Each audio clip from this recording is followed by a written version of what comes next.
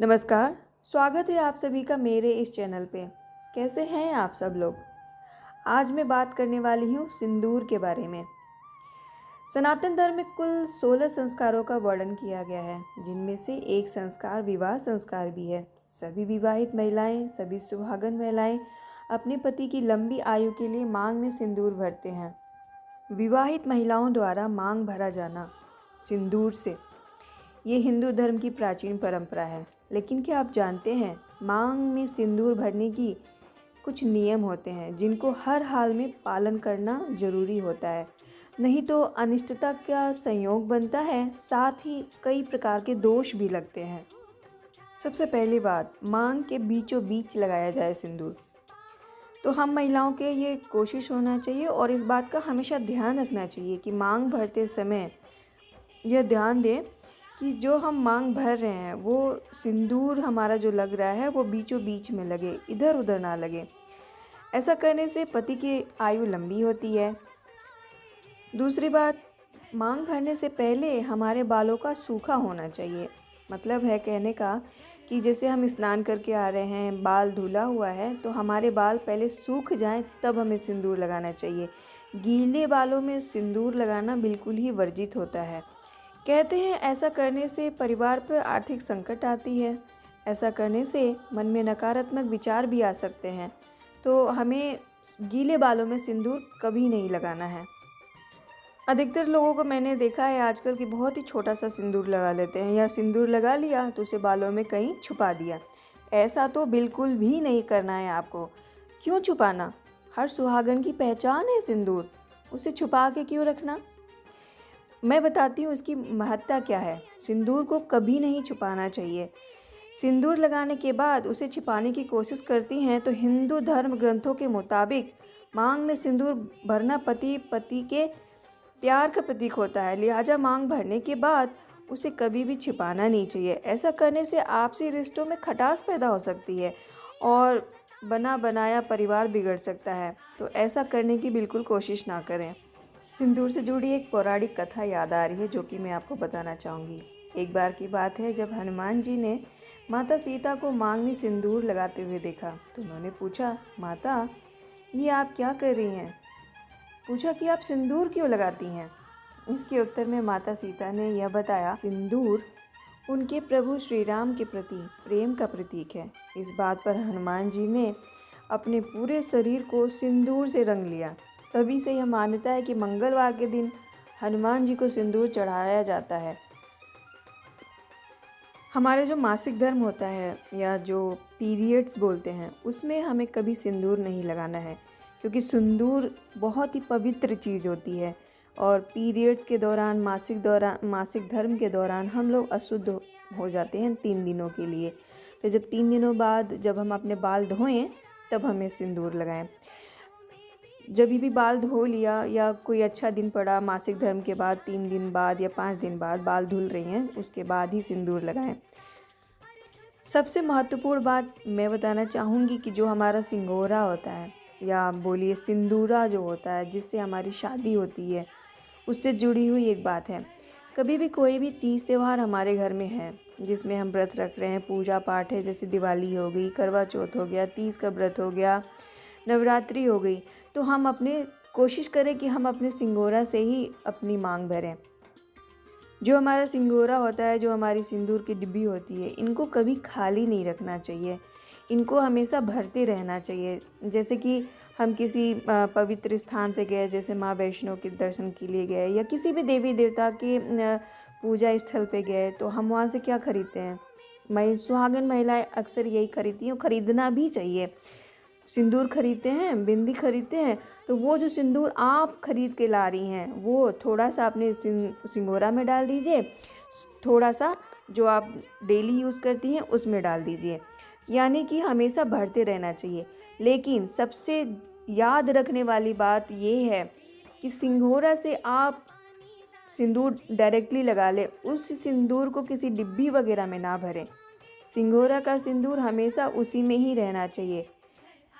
क्या आप जानती हैं कि सिंदूर जितना कोशिश करें उतना कम लगाएं?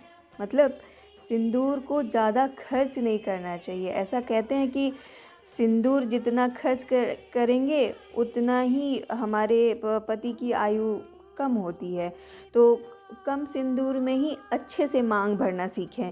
जितना आप सिंदूर कम लगाएंगी, जितना आप सिंदूर कम खर्च करेंगी, उतना ही पति दीर्घायु होते जाते हैं। एक बात और भी बताना चाहूँगी, सिंदूर जो लगाते हैं वो कभी भी खड़े होकर नहीं लगाना चाहिए, हमें हमेशा बैठकर लगाना चाहिए। जैसे कि श्रृंगारदान के सामने आप स्टूल रख लीजिए या ज़मीन पे बैठ जाइए, लेकिन खड़े होकर कभी भी सिंदूर नहीं लगाना चाहिए। और तो और सिंदूर लगाते समय हमारा माथा खुला नहीं होना चाहिए, मतलब ऐसा भी नहीं है कि आपके सिर पे कुछ है नहीं और आप सिंदूर लगा लें ना। सिंदूर लगाने का भी एक ये नियम है कि आपका माथे पे कुछ ना कुछ होना चाहिए। जैसे आप साड़ी पहनती हैं तो पल्लू रख लीजिए, सूट पहनती हैं तो अपना दुपट्टा रख लीजिए। अगर आप जीन्स टॉप भी पहनती हैं तो सिंदूर लगाते समय अपने सिर पे कोई ना कोई कपड़ा रख लीजिए। खाली सिर आपको सिंदूर नहीं लगाना है, ये दोष बनता है इसको ऐसा करने से। बहुत कम कोशिश करिए कि जितनी थोड़ा टाइम के लिए आपकी मांग खाली हो। जैसे कि आप नहा के निकली, बाल गीले हैं, बाल सुखा रही हैं, तो कोशिश करिए तुरंत बाल सुखाएं और सिंदूर लगाएं। ये नियम है, ये एक सुहागन का नियम है। अगर आप सुहागन हैं तो आपकी मांग 1 मिनट के लिए भी खाली नहीं होना चाहिए। बहुत सारे लोगों के मन में ये प्रश्न होता है कि क्या हम अपना सिंदूर किसी दूसरे को दे सकते हैं? बिल्कुल दे सकते हैं। कौन सा सिंदूर हमें नहीं शेयर करना है दूसरे के साथ? वो होता है हमारा सिंघोरा वाला सिंदूर, जिससे हमारी शादी होती है। उस सिंदूर का हक सिर्फ आपका है, उसका अधिकार सिर्फ आपका है। आप उस सिंदूर को किसी को भी नहीं देंगी। जो हमारे घर में रिश्तेदार आते हैं या कोई भी महिला आती है सिंदूर जो मांग रही है, तो आप अपना जो डेली यूज वाला सिंदूर है वो दे सकती हैं। लेकिन आपको ये कोशिश करना है कि आप किसी से भी मांग कर सिंदूर कभी भी ना लगाएं। ये भी एक दोष होता है।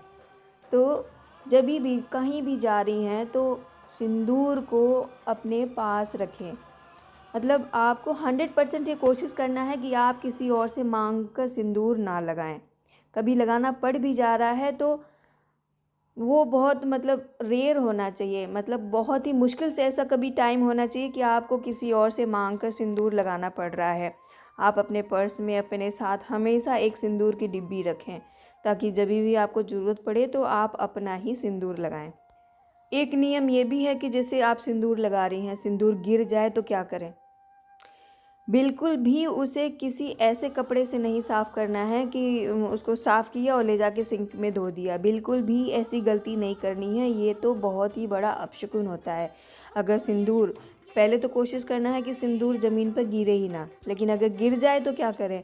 आप उसे अपने पल्लू से साफ़ करिए या तो अपने किसी साफ़ सुथरे कपड़े से साफ़ करिए और उस सिंदूर को कोशिश करिए अगर वो साफ़ सुथरा सिंदूर है तो उसे उठाकर अपने डिब्बी में भर लीजिए।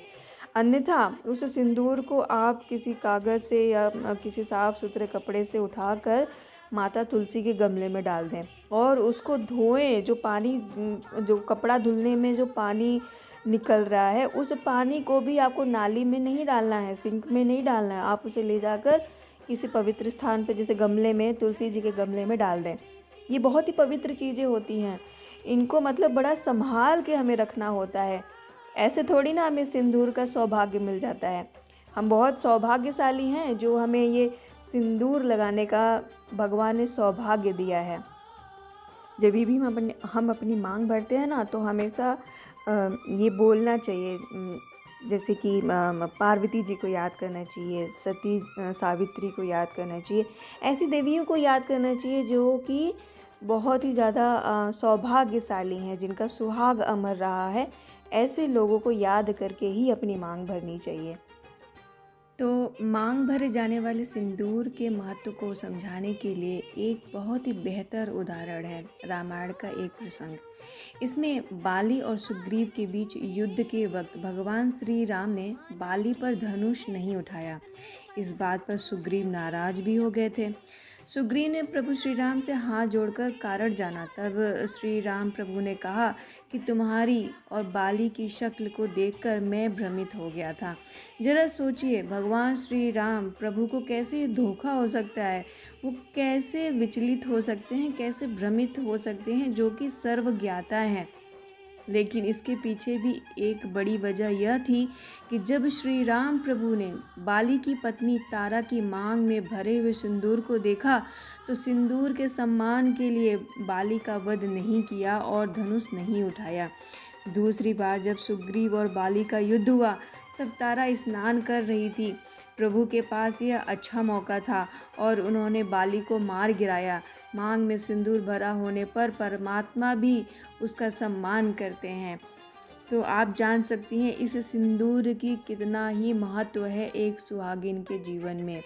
और भी बहुत सारी बातें हैं जो कि मैं आपको बताना चाहूँगी, लेकिन वीडियो बहुत लंबा हो जाएगा, तो आज की वीडियो को यहीं पे समाप्त करती हूँ। आशा करती हूँ कि मेरा ये वीडियो आपको पसंद आया होगा और फिर कभी एक नया वीडियो डालूँगी जो बची हुई जानकारियाँ हैं उनके साथ। मेरी वीडियो को लाइक कर दीजिए, चैनल को सब्सक्राइब कर दीजिए मेरे चैनल पे जुड़े रहने के लिए और भी अच्छी अच्छी बातों को जानने के लिए। धन्यवाद।